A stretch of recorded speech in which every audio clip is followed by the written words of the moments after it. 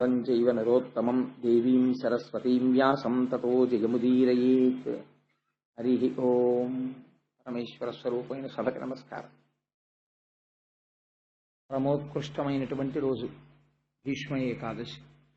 మాఘమాసంలో వచ్చేటటువంటి శుక్లపక్షంలో వచ్చేటటువంటి ఏకాదశి. ఈనాడు భీష్ముడు పరమాత్మలో సాయుధ్యం పొందినటువంటి రోజు. భాగవతంలో భీష్ముడు చేసినటువంటి స్థుతిని మాత్రమే వివరించారు పాండవులు. మొన్నటి రోజున మీకు కుంతీదేవి శ్రీకృష్ణ భగవాన్ నుండి ప్రార్థన చేసిన ఘట్టాన్ని వివరించాను. కుంతీదేవి ప్రార్థన తరువాత ధర్మరాజు గారు బాధపడుతుంటే, కురుక్షేత్ర సంగ్రామంలో నేను ఎందరో రాజుల్ని తెగటార్చాను, దాని వలన నాకు కలిగినటువంటి పాపం ఏ విధంగా పోతుంది అని బాధపడుతున్నటువంటి సమయంలో ధర్మ సూక్ష్మాలు తెలుసుకోవడం కోసమని కురుక్షేత్రంలో అంపశయ్య మీద పడుకునున్నాడయ్యా మహానుభావుడు భీష్ముడు, అక్కడికి వెడదాం పదా అని కృష్ణ భగవానుడు ధర్మరాజుని తీసుకుని వెళ్ళినప్పుడు ధర్మములను ఉపదేశం చేసి ఆయన అనంత బ్రహ్మమునందు కలిసిపోయినటువంటి సంఘటనను మాత్రమే వివరించారు. అప్పుడు కృష్ణ భగవాను ఆయన చేసిన స్తోత్రం. కానీ ఇవాళ భీష్మ ఏకాదశి పర్వదినాన్ని పురస్కరించుకుని నేను కించిత్తు స్వేచ్ఛ తీసుకుంటున్నాను. అందుచేత మహాభారతము, దేవీ భాగవతము, ఇతర గ్రంథాల్లో ఉండేటటువంటి భీష్ముని యొక్క చరిత్రని ఒక చోటుకి క్రోడీకరించి దాన్ని ఒక్కసారి ఆవిష్కరించే ప్రయత్నం చేసి చిట్ట చివర భీష్మ స్థుతిలోకి వచ్చేస్తాను.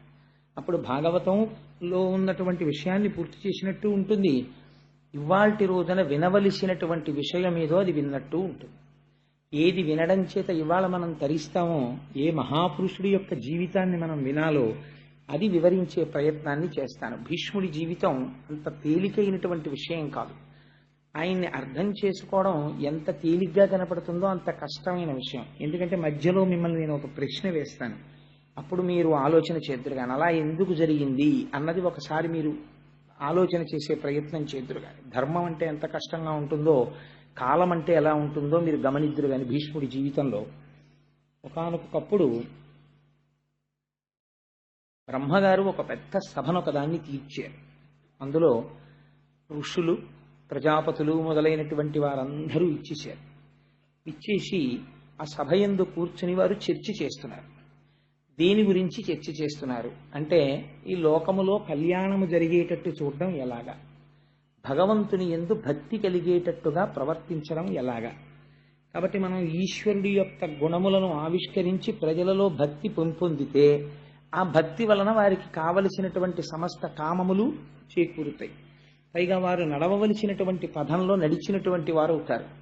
అందుచేత వీళ్ళందరికీ కూడా మనం ఏ విధంగా కళ్యాణమును సాధించి పెట్టాలి అని సభ జరుగుతోంది. ఆ సభ జరుగుతున్నటువంటి సమయంలో ఒక విచిత్రమైనటువంటి సంఘటన జరిగింది. ఆ సభలోకి గంగాదేవి ప్రవేశించింది.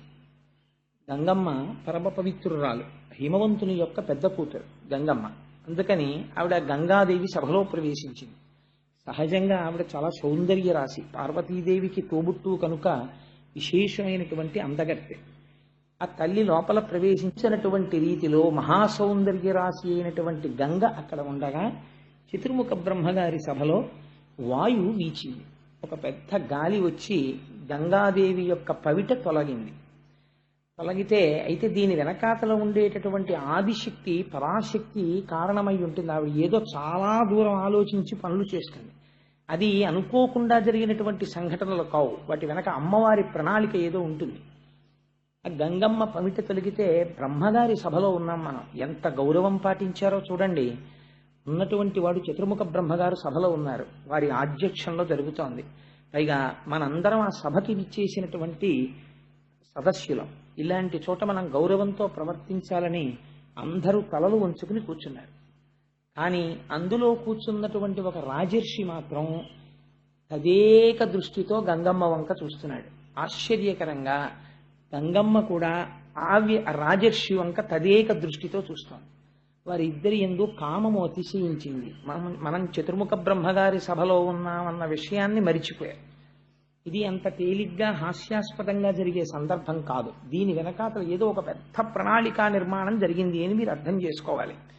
ఈ సంకల్పములు మనకు అర్థమయ్యేవి కావు, కథ నడిస్తే మనకు అర్థం అవుతుంది. అప్పుడు బ్రహ్మగారికి ఆశ్చర్యం వేసింది. బ్రహ్మగారి సభలోకి వచ్చి గంగమ్మ ఇలా ప్రవర్తించడం ఏమిటి, రాజర్షి అలా ప్రవర్తించడం ఏమిటి, కాబట్టి మిమ్మల్ని శపిస్తున్నాను. ఇలా సమయాసమయములు లేకుండా కామప్రచోదనం కలిగి ప్రవర్తించావు కనుక నువ్వు మర్త్యలోకమైనటువంటి భూలోకమునందు జన్మించదవుగాక అని ఆ రాజర్షిని శపించారు. గంగమ్మని నీవు కూడా భూలోకమునందు ఆ రాజర్షికి భార్యవై కొంతకాలము చెరించదవుగాక అని, తదనంతరం శరీరం విడిచిపెట్టిన తరువాత నువ్వు మళ్ళీ స్వర్గలోకానికి వస్తావు అని శాప విమోచనం చెప్పారు. ఆ కారణం చేత రాజర్షి నేను ఎవరి కడుపున జన్మించాలి అని చూస్తున్నాడు. చూస్తుండగా ఆయనకి భరతవర్షంలో ప్రతీపుడు అనబడేటటువంటి ఒక మహారాజు, గొప్ప చక్రవర్తి, ఆయన భరతవంశంలో జన్మించాడు. మహాధర్మమూర్తి, బిడ్డలు లేరు. ఆ ప్రతీపుణ్ణి చూసి ఆయనకి కుమారుడిగా జన్మించాలి అని నిర్ణయం తీసుకున్నాడు. ఆయనకి కుమారుడిగా జన్మిద్దామని నిర్ణయం తీసుకుని ఆయన మర్త్యలోకంలో ప్రవేశించేటటువంటి సమయంలో గంగమ్మ బ్రహ్మలోకం నుంచి దిగి కిందకు వస్తాం. అరే నేను ఎంత పొరపాటు పని చేశాను, నేనైనా ఆ సమయంలో కొంచెం పమిట సర్దుకుని సరిగ్గా ప్రవర్తించి ఉంటే పాపం ఆ రాజర్షికి అన్ని ఇబ్బందులు వచ్చి ఉండేవి కావు. నేను ఎంత పొరపాటుగా ప్రవర్తించాను, నేను చేసినటువంటి పొరపాటు పని సరిదిద్దుకోవాలంటే బ్రహ్మగారిచ్చినటువంటి శాపము వలన మత్స్యలోకములో జన్మించి ఆ రాజర్షి ఎవరిగా జన్మిస్తున్నాడో ఆయన భార్యగా కొంతకాలము ఉండాలి అనుకుందావిడ. ఈ సంకల్పము కలిగి వస్తున్నప్పుడు అష్టవసువులు ఆవిడికి రోదన చేస్తూ కనపడ్డారు, ఏడుస్తూ బాధపడుతూ కనపడ్డారు. ఆవిడ ఆశ్చర్యపోయింది. అష్టవసువుల్ని అడిగింది, మీరు ఎందుకు ఏడుస్తున్నారు, ఎందుకంత బాధగా ఉన్నారని అడిగింది. అయితే వాళ్ళు ఒక చిత్రమైనటువంటి విషయాన్ని ప్రతిపాదన చేశారు. మేము అష్టవసువులం భార్యలతో కలిసి ఆకాశ మార్గంలో వెళ్ళిపోతుంటే వశిష్ఠ మహర్షి ఆశ్రమం మీదుగా మేము ప్రయాణం చేస్తున్నాం. ప్రయాణం చేస్తున్నటువంటి సమయంలో మాకు వశిష్ఠ మహర్షి యొక్క ఆశ్రమం కనపడింది. అందులో ధేనువు ఉంది, కామధేనువు, నందిని. దానిని చూసి అందులో ద్యూ అనబడేటటువంటి ఒక వసువుని ఆయన భార్య అడిగింది. అంత మెరిసిపోతోంది, ఏదో తెల్లటి పర్వతాకారంలో ఉంది, అంత ప్రకాశవంతంగా ఉంది, అంత తేజస్సుతో ఉంది, అది మామూలు అవే అని అడిగింది. అయితే ఆయన అన్నాడు, కాదు కాదు, దాన్ని కామధేను అంటారు, దాని పాలు తాగితే ఎటువంటి కోరికైనా తీరుతుంది అన్నారు. అంటే ఆ ద్యూ అనబడేటటువంటి వసువు యొక్క భార్య ఆవిడంది, నాకు ఒక స్నేహితురాలుంది, ఆవిడ పేరు ఉసీనరా. ఆ ఉసీనరా అనబడేటటువంటి స్నేహితురాలు కొంచెం రోగగ్రస్త అయి వృద్ధాప్యాన్ని పొందింది. ఆవిడికి మళ్ళీ యవ్వనం వస్తే మాతో పాటు సంతోషంగా గడుపుతుంది. అందుకని మనం ఈ కామధేనువుని అపహరిద్దాం. ఎలాగో లేడు కదా వశిష్ఠుడు ఆశ్రమంలో, అపహరించి తీసుకుని వెళ్ళి ఈ కామధేనువు యొక్క పాలు ఉసీనరాకి పట్టిద్దామని భార్య మాట కాదనలేక మిగిలినటువంటి వసువులతో కలిసి ద్యూ ఆ కామధేనువుని అపహరించాడు. అపహరించి తీసుకుని వెళ్ళిపోయాడు. వశిష్ఠ మహర్షి మరునాడు పూజ కోసమని, సాయంకాలం అగ్నికార్యం కోసమని దర్భలు మొదలైనవి సేకరించడానికని వెళ్ళారు. వారు తిరిగి వచ్చి ఆశ్రమంలో చూశారు, నందినీ ధేనువు కనపడలేదు. అంతటా వెతికారు. వెతికి ఒక్కసారి తపోనిష్టలో కూర్చుని ఆచమనం చేసి దివ్య దృష్టితో చూశారు. అష్టవసువులు అపహరించడం తెలిసింది. తెలిసి వెంటనే శపించారు. బ్రహ్మర్షి లేని సమయం చూసి నందినీ ధేనువుని అపహరించారు కనుక మీరు భూలోకమునందు జన్మించెదరుగాక అని. ఈ అష్టవసువులకి వార్త తెలిసి పరుగున వచ్చి వశిష్ఠ మహర్షి యొక్క పాదాల మీద పడ్డారు. మహాప్రభో, మీరు మాకు దారుణమైన శాపాన్ని అనుగ్రహించారు. ఇప్పుడు మేము భూలోకంలో జన్మిస్తే చాలా ఇబ్బందులకి గురైపోతాం. మీరు మా యందు అనుగ్రహించి మాకు శాపానుగ్రహాన్ని తగ్గించేటటువంటి ప్రయత్నం చెయ్యండి అన్నారు. అంటే ఆయన అన్నారు, మీరు 80 వసువులు, 80 7 యందు పాపము యొక్క తీవ్రత తక్కువగా ఉన్నది. మీరు కేవలం ద్యువుకి సహకరించారు, కానీ అసలు అపహరించడానికి ప్రధానమైన కారణము ద్యువు. అందుచేత మీరు 7 పుట్టినటువంటి వెంటనే మరణిస్తారు. కాబట్టి నరుడిగా జన్మిస్తారు, కానీ జన్మించినటువంటి కొద్ది గంటలలో శరీరాన్ని వదిలిపెట్టేస్తారు. వదిలిపెట్టేసి మళ్ళీ వసువులు అయిపోతారు. కానీ ప్రధాన పాత్ర పోషించినటువంటి ద్యువు మాత్రం పరాక్రమవంతుడై కని విని ఎరగనటువంటి చరిత్ర సృష్టించి భూలోకమునందు కొంతకాలముండి తరువాత తిరిగి బ్రహ్మైక్యమును పొందుతాడు. అందుకని ద్యువు మాత్రం కొంతకాలము లోకమునందు ఉండవలసినదే అని ఆయన శాప విమోచనాన్ని కటాక్షించారు. కటాక్షిస్తే ఆ 80 ఇప్పుడు భూలోకంలో జన్మించాలి. అందుకని వాళ్ళు బాధపడుతూ వస్తున్నారు. గంగమ్మని చూసి అడిగారు, అమ్మా నువ్వెందుకు ఎడుతున్నావు భూలోకానికి అన్నారు. ఇదిగో జరిగినటువంటి ఆ విషయం ఇలా ఉంది. అందుచేత నేను ఆ రాజర్షి ఎక్కడ జన్మిస్తాడో అక్కడ ఆయనకి భార్యని కావాలని వెడుతున్నాను. అయితే అమ్మ మాకు ఒక ఉపకారం చేసి పెట్టు, నువ్వు ఎలాగో వెడుతున్నావు కనుక నీ కడుపున మేము యనమండుగురం పుడతాం. పుట్టినప్పుడు నువ్వు మమ్మల్ని జ్ఞాపకం పెట్టుకుని శాప విమోచనం కోసం భూలోకంలో ఏ తల్లి కూడా పుట్టినటువంటి బిడ్డల్ని కొద్ది గంటలలోనే తీసుకెళ్లి చంపదు. ఏ తల్లి కొద్ది గంటలలో చంపదంటే నా ఉద్దేశం కొన్ని రోజులు పోయాక చంపుతుంది కాదు, ఎప్పటికీ అలా ప్రవర్తించదు. అన్న తల్లికి ఉండేటటువంటి మమకారం అటువంటిది. అందుకని మాకు శాప విమోచనం ఎలా కలుగుతుంది? అందుకని మేము నీకు బిడ్డలుగా జన్మిస్తాం. నువ్వు మాయందు అనుగ్రహించి పుట్టినటువంటి వెంటనే మమ్మల్ని మళ్ళీ తిరిగి మేము వసువుల యొక్క స్థానాన్ని అలంకరించడానికి వీలుగా ఆ శరీరం విడిచిపెట్టేటట్టుగా మమ్మల్ని కటాక్షించు అన్నారు. తప్పకుండా అలా చేస్తాను అంది. కాబట్టి వసువులు ఎదురు చూస్తున్నారు, గంగమ్మ ఎవరిని వివాహం చేసుకుంటుంది, ఆవిడ కడుపులోకి వద్దామని. ఇది జరిగితే గంగా తీరమునందు ప్రతీపుడనపడేటటువంటి భరతవంశంలో జన్మించిన చక్రవర్తి పుత్రార్థి అయి తపిస్తున్నాడే. ఆయనకి సామ్రాజ్యం ఉంది, సత్యం ఉంది, ధర్మం ఉంది, అన్నీ ఉన్నాయి, అన్ని భోగాలు ఉన్నాయి, కానీ సంతానం లేదు. ఈశ్వరానుగ్రహాన్ని అపేక్షించి ఆయన గంగా తీరంలో కూర్చుని తపస్సు చేసుకుంటున్నాడు. గంగమ్మ చూసింది. ఈ ప్రతీపుణ్ణి చూసి ఆయనే తాను ఇతపూర్వం బ్రహ్మసభలో చూసినటువంటి వ్యక్తి ఈయనే ఈ జన్మ తీసుకున్నాడు అనుకుని ఈయన్ని వివాహం చేసుకోవాలని ఆయన తపస్సులో కళ్ళు మూసుకొని ఇంద్రియాల్ని వెనక్కి తీసుకుని తపస్సు చేసుకుంటూ కూర్చున్నాడు. గంగమ్మ గబగబా గంగలోంచి లేచి బయటికి వచ్చి ఆయన కుడి తొడ మీద కూర్చుంది. ఎంత ఆశ్చర్యకరమైన విషయమో చూడండి. కూర్చుంటే ఆయనకి బాహ్య స్మృతి కలిగింది. తొడ మీద కూర్చున్న స్త్రీ ఎవరు అని చూశాడు. గొప్ప సౌందర్య రాశి. ఆయన అన్నాడు, అమ్మ నువ్వెవరు, ఎక్కడి నుంచి వచ్చావు, ఎందుకు ఇలా కూర్చున్నావు నా కుడి తొడ మీద అని అడిగాడు. అయితే ఆవిడంది, నన్ను గంగా అంటారు, నేను గంగా నదికి అధిష్టాన దేవతను, నేను నీకు భార్యని కావాలి అని వచ్చాను, అందుకని నీ ఒళ్ళో కూర్చున్నాను. ఆయన అన్నాడు, నీవు నా భార్యవి కావాలి అని అనుకున్నావు. క్షత్రియులు విశేషించి రాజులు దక్షిణ నాయకులు అంటారు. దక్షిణ నాయకులు అంటే ఒకరికన్నా ఎక్కువ మంది భార్యలు ఉంటారు. విజయనగర సామ్రాజ్య పతనం సమయానికి వచ్చేటప్పటికి రామరాయల వారికి ఎంత దక్షిణ నాయకుడు అంటే రామరాయల వారి పోలికలున్న బిడ్డలు చాలా ఊళ్ళలో ఉండేవారు. అంత దక్షిణ నాయకులై ఉంటారు. అలా దక్షిణ నాయకుడై ఉంటాడు కాబట్టి ఆయన ఒళ్ళో కూర్చుందాడు. నేను ఏవి అనవసరపు విషయాలు చెప్పనండి. మీరు కావాలంటే విజయనగర పతనం అన్న పుస్తకం చదవండి, ఎంత ఆశ్చర్యకరంగా ఉంటుందో. తల్లికోట యుద్ధం అది రామరాయల వారిది. అందుచేత ఆవిడ వచ్చి కుడితోడ మీద కూర్చుంటే ఆయన అన్నాడు, నువ్వు నన్ను భర్తగా పొందాలని వచ్చావు, కానీ ఒక పొరపాటు చేశావు. స్థితా దక్షిణ ఊరుమ్మే సమాశ్లిష్య భామిని అపత్యానాం స్మశానాంచ స్థానం విద్ధి శుచిస్మితే అన్నాడు. ఓ శుద్ధమైన నవ్వు కలదానా, గొప్ప సౌందర్య రాశి, నీకు నన్ను భర్తగా పొందాలని కోరిక ఉండడం తప్పు కాదు, కానీ నువ్వు వచ్చి ఎక్కడ కూర్చున్నావు, కుడితొడ మీద కూర్చున్నావు. కుడితొడ మీద కూర్చునేటటువంటి అధికారము ఒక్క కూతురికి కోడలికి వాళ్ళిద్దరికీ ఉంది. కూతురు కోడలు తప్ప పురుషుడి యొక్క తొడ మీద భార్య కూర్చోకూడదు. ఎప్పుడైనా భార్య కూర్చోవలసి వస్తే భర్త తొడ మీద, ఎడమ తొడ మీద కూర్చోవాలి. అసలు అలా ఎందుకు కూర్చోబెట్టుకుంటారండి? అలా ఎప్పుడు ఎవరు కూర్చోరు కదా, ఏదో కుర్చీల్లో కూర్చుంటారు, కానీ అలా ఒళ్ళో కూర్చోవడం, తొడల మీద కూర్చోబెట్టుకోవడం ఎల్లరంతా ఎక్కడ ఉంటుందండి బాబు అని మీరు అనుకోవచ్చు. ఉంటుంది. ఎక్కడుందో తెలుసా అండి? ప్రయాగలో వేణీదానం చేసేటప్పుడు ఉంది.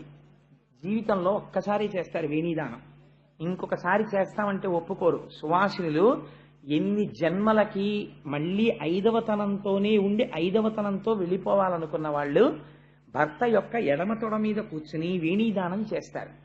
చాలా గమ్మత్తుగా ఉంటుంది, చాలా సంతోషంగా సరదాగా ఉంటుంది చూడ్డానికి.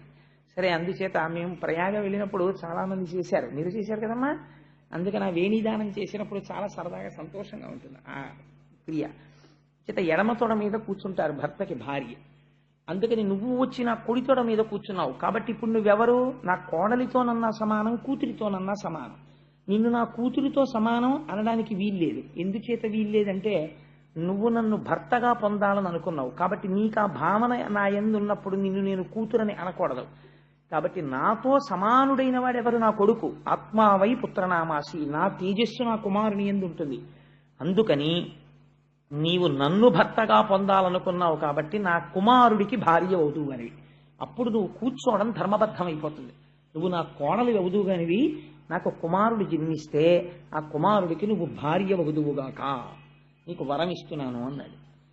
ఇప్పుడు చూశాడు, ఆ పైనుంచి వచ్చినటువంటి రాజర్షి చూసి, గోభిషుడు అని ఆయన, ఇప్పుడు నాకు అవకాశం దొరికింది గంగమ్మని భార్యగా పొందాలి కాబట్టి నేను ఈ ప్రతీప మహారాజు యొక్క కుమారుడిగా జన్మిస్తాను అని ఆయన తేజస్సులోకి ప్రవేశించి శంతన మహారాజు అన్న పేరుతో జన్మించాడు.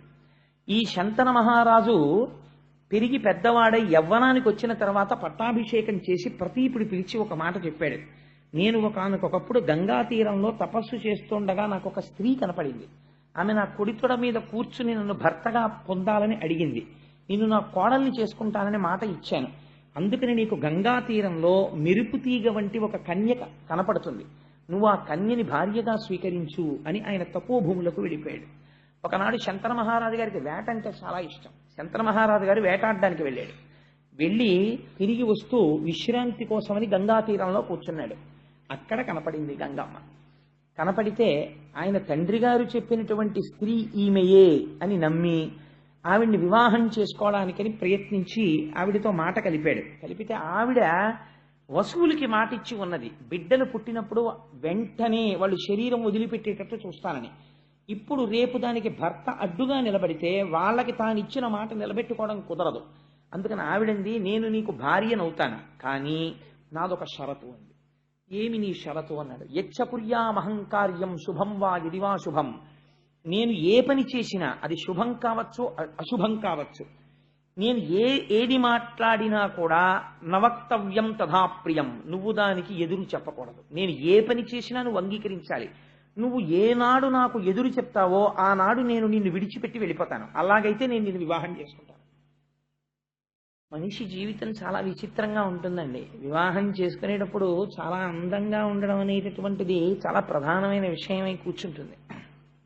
కొన్నాళ్ళు పోయిన తర్వాత ఈ బాహ్యమైనటువంటి సౌందర్యం కన్నా అంతఃసౌందర్యమును మంచితనము ఇల్లాలిగా ఉండేటటువంటి లక్షణాలు ఉండడమే చాలా గొప్ప. ఏ కొరుక్కు తింటానా, నా బుర్రకాయ ఎందుకు వచ్చింది ఈ అందం అనిపిస్తుంది కొన్నాళ్ళు పోయాక. నేను ఈ మాట ఎందుకన్నానంటే మనకి ఈ కథలు అది నేర్పుతాయి. శంతన మహారాజు బాహ్య సౌందర్యాన్ని చూసి ప్రేమించాడు, వివాహం చేసుకున్నాడు.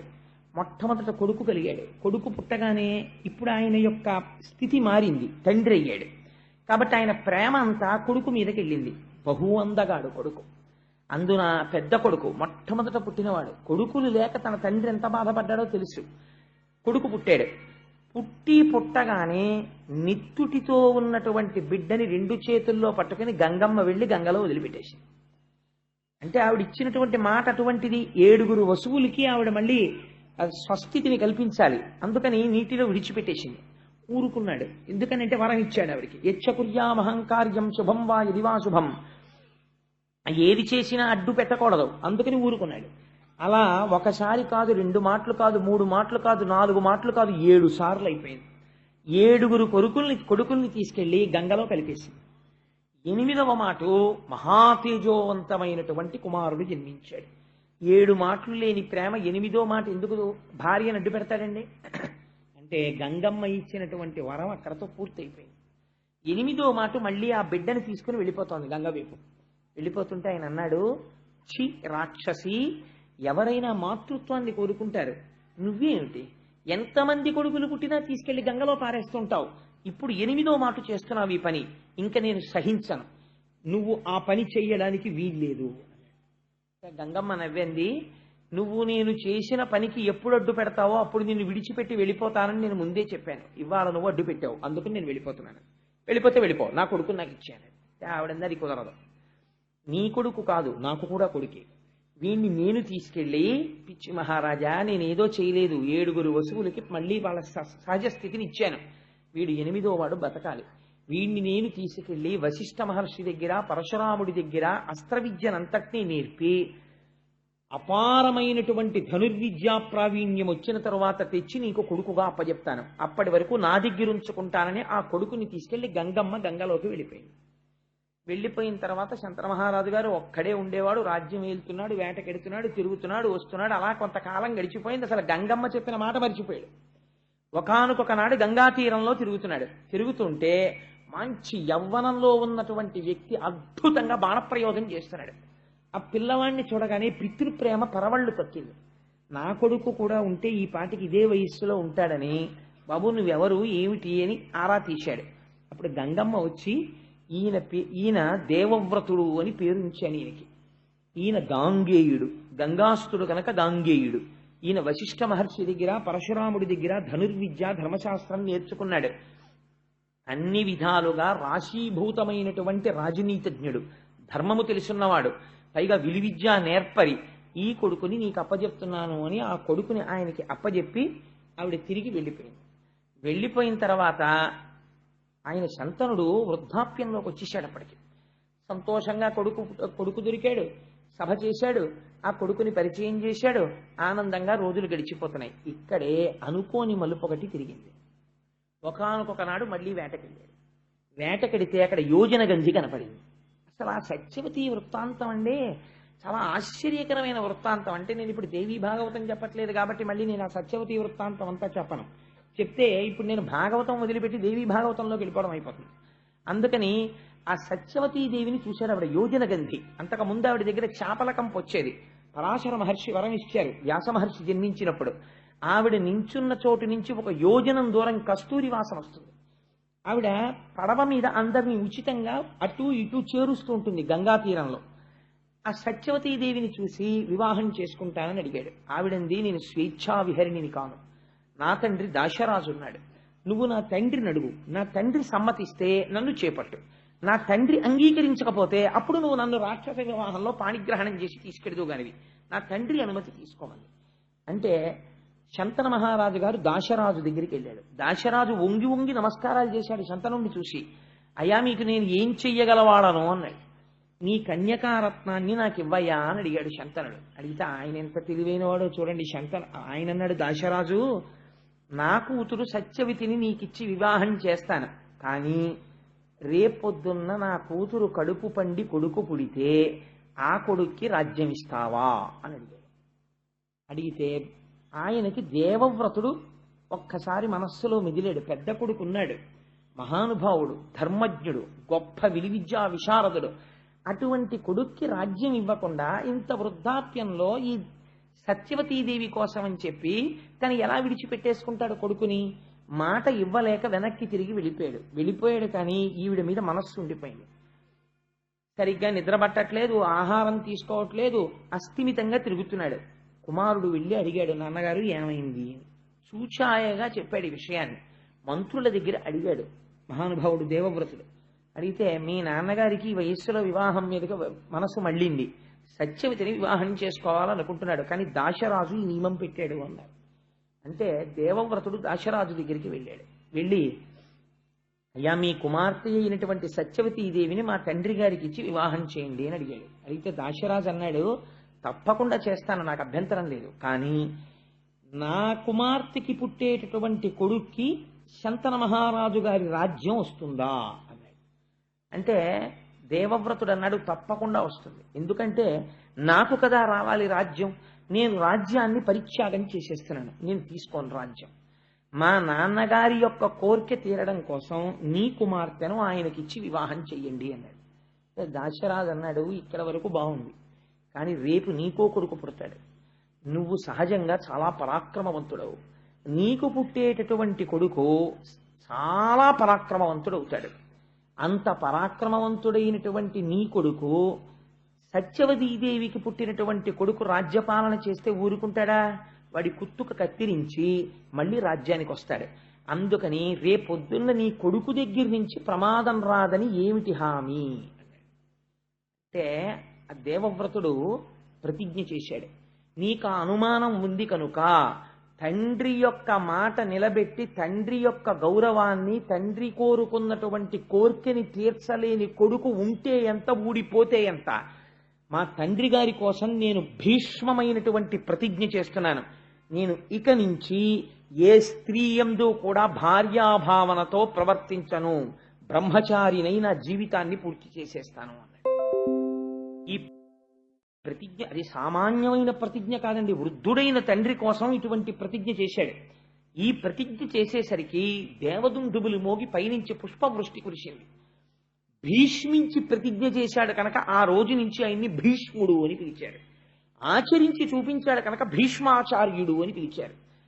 అప్పుడు తండ్రి గారు విని తెల్లబోయాడు. ఎంత త్యాగం చేశావురా, నీకు 2 వరాలు ఇస్తున్నాను. 1, యుద్ధ భూమిలో నువ్వు చేతిలో కోదండం పట్టుకుని ధనస్సు పట్టుకుని ఉండగా నిన్ను దేవేంద్రుడు కూడా ఓడించలేడు.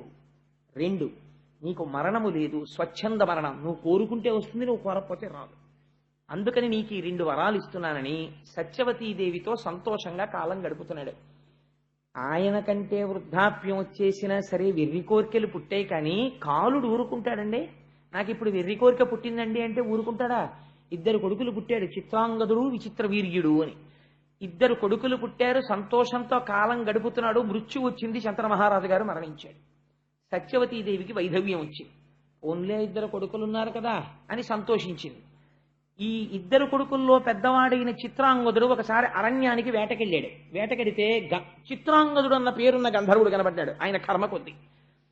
నువ్వన్నా చిత్రాంగదుడన్న పేరుతో ఉండాలి, నేనన్నా చిత్రాంగదుడన్న పేరుతో ఉండాలి. నువ్వు ఆ పేరు వదులుతావా, నాతో యుద్ధం చేస్తావా? యుద్ధం చేస్తే మన ఇద్దరిలో ఎవరు బతికితే వాళ్ళు ఒక్కడే చిత్రాంగదుడు ఉంటాడు, లేదా పేరు మార్చుకో వెళ్ళిపో అన్నాడు. నేను పేరు మార్చుకోవడం ఏమిటి, మన ఇద్దరం యుద్ధం చేస్తాం, ఎవరు ఉంటే వాళ్ళే చిత్రాంగదుడు అన్నాడు. ఆ చిత్రాంగదుడు గంధర్వుడు యుద్ధం చేశారు. శంతన మహారాజు గారి యొక్క కుమారుడైన చిత్రాంగదుడు మరణించాడు యుద్ధంలో. ఇంకా విచిత్ర వీర్యుడు ఒక్కడే మిగిలాడు. ఎవరి కోసం ప్రతిజ్ఞ చేశాడు భీష్ముడు? ఏ శంతన మహారాజు గారి యొక్క సుఖం కోసం ప్రతిజ్ఞ చేశాడో ఆ శంతన మహారాజు వెళ్ళిపోయాడు. ఆ సత్యవతీదేవి వైధవ్యం పొందింది. పుట్టిన 2 కొడుకుల్లో పెద్దవాడు మరణించాడు. విచిత్ర వీర్యుడు ఎప్పుడూ కాలక్షేపం చేస్తూ భగవంతుని యొక్క స్మరణ లేకుండా సంతోషంగా కాలం గడిపేసేటటువంటి వాడు. ఇప్పుడు వంశము వర్ధిల్లాలి. అందుకని ఇప్పుడు ఆయనకి సరి అయినటువంటి భార్య దొరకాలి విచిత్ర వీర్యుడికి. ఈయన చూస్తే ఎప్పుడూ సుఖ సంతోషాలతో తేలియాడుతుంటాడు. ఈయనకి తగిన భార్యని తేవలసినటువంటి బాధ్యత భీష్ముడి మీద పడింది. చూడండి, ఆ వయస్సులో భీష్మాచార్యుడి చేసినటువంటి ప్రతిజ్ఞ వల్ల ఎన్ని కష్టాలు అనుభవించాడో చూడండి మహానుభావుడు. ఇంత కష్టపడి కాశీరాజుకి 3 కుమార్తెలు, అంబా, అంబిక, అంబాలిక అని. కాశీరాజు స్వయంవరం ప్రకటించాడు. విచిత్ర వీర్యుడు వెళ్ళకపోతే భీష్మాచార్యుల వారు వెళ్ళారు స్వయంవరానికి. వెడితే అక్కడ వాళ్ళందరూ ఆయన్ని చూసి విచిత్రంగా మాట్లాడారు. బ్రహ్మచర్యంలో ఉంటానన్నాడు, ప్రతిజ్ఞ చేశాడు, ఏమిటో భీష్ముడు స్వయంవరానికి వచ్చాడన్నారు. అందరూ చూస్తుండగా నేను పౌరుషంతో రాజులను ఓడించి తీసుకెడుతున్నాను ఈ అంబిక, అంబాలికని. ఎవరైనా మీరు నన్ను ఎదుర్కొనే వాళ్ళు ఉంటే ఎదుర్కోవచ్చు అని 3 చేయి పట్టి రథం ఎక్కించి తీసుకెళ్లిపోతున్నాడు. రాజులందరూ కలిసి భీష్ముడి మీదకి యుద్ధానికి వచ్చారు. అందరినీ తుత్తునియలు చేసి హస్తినాపురానికి తీసుకొచ్చాడు. తీసుకొచ్చి వివాహానికి కూర్చోబెడుతున్నాడు. అంబ భీష్ముడి దగ్గరికి వెళ్ళండి, మహానుభావా, నీకు తెలియనటువంటి ధర్మం లేదు, నీకు ఒక మాట చెప్తాను. నేను సాళ్వుడనబడేటటువంటి రాజుని ప్రేమించాను, ఆయన కూడా నన్ను ప్రేమించాడు, ఆయన నా యందు పత్నీభావమును పొందాడు. కాబట్టి ఇప్పుడు నేను వేరొక పురుషుడికి భార్యని కావడం అమర్యాద, అలా నేను కాకూడదు. అందుకని నన్ను తీసుకెళ్లి సాళ్వుడికి అప్పచెప్పేమని. ఒకసారి మనసు లేని స్త్రీ రాజుకి భార్యగా ఉండడానికి వీలు కాదు. అందుకని పరపురుషుని యందు అనురక్తి కలిగినటువంటి స్త్రీని భార్యగా యువతల ఇంట్లో ఉండడం త్రాచుపావుని పెంచుకోవడం లాంటిది. అందుకని నువ్వు నా తమ్ముడికి భార్యగా ఉండడానికి వీల్లేదు, నిన్ను తీసుకెళ్లి అప్పచెప్పేస్తానని చెప్పి సాళ్వుడి రాజ్యానికి తీసుకెళ్లి రథంలో పంపించాడు. పంపిస్తే ఈవిడ సాళ్వుడి అంతఃపురంలో ప్రవేశించి ఎంతో సంతోషంగా నేను వచ్చేశానయ్యా, భీష్ముడు నన్ను పంపించాడని. ఆయన అన్నాడు, అంతమంది రాజులు చూస్తుండగా నన్ను కూడా ఓడించి భీష్ముడు ఏనాడు నీ చెయ్యి పట్టి తన రథం ఎక్కించి తీసుకెళ్లాడో ఆనాడే నువ్వు భీష్ముడు సొత్తు అయిపోయావు. ఇప్పుడు చేతకాని వాణ్ణి, భీష్ముడి పెట్టిన భిక్షని భార్యగా స్వీకరించడానికి నీ క్షత్రియుణ్ణి, రాజ్యపాలకుణ్ణి, మహారాజుని, నేను నిన్ను అల్లనన్నాడు. ఎవరు నిన్ను గెలుచుకున్నారో నువ్వు వాళ్ళకే సొత్తు అన్నాడు. ఆవిడ బాధపడుతూ ఒక ఆడదాని బాధ చరిత్రని ఎలా మారుస్తుందో చూడండి. అందుకే చాలా జాగ్రత్తగా ఉండు సుమా. స్త్రీల జోలికి వెళ్ళి నిష్కారణంగా వాళ్లతో వాళ్ళ మనసు ఖేదపడేటట్టు ప్రవర్తించకు. ఆ స్త్రీ ఒక తపోవనానికి చేరి నేను తపస్సు చేసుకుంటాను, సన్యాసం ఇమ్మంది. అంటే ఋషులు అన్నారు, నువ్వు నిండు యవ్వనంలో ఉన్నావు, నువ్వు వచ్చి ఈ ఆశ్రమాల్లో కూర్చుంటే ఇక్కడ ఉన్న వాళ్ళ తపస్సులు పాడైపోతాయి, లేనిపోని గొడవలు వస్తాయి, అందుకని నువ్వు ఇక్కడ ఉండడానికి వీల్లేదమ్మా, ఇవాళ రాత్రికుండు, రేపటి రోజున నీ నీ మార్గము నువ్వు చూసుకో అన్నారు.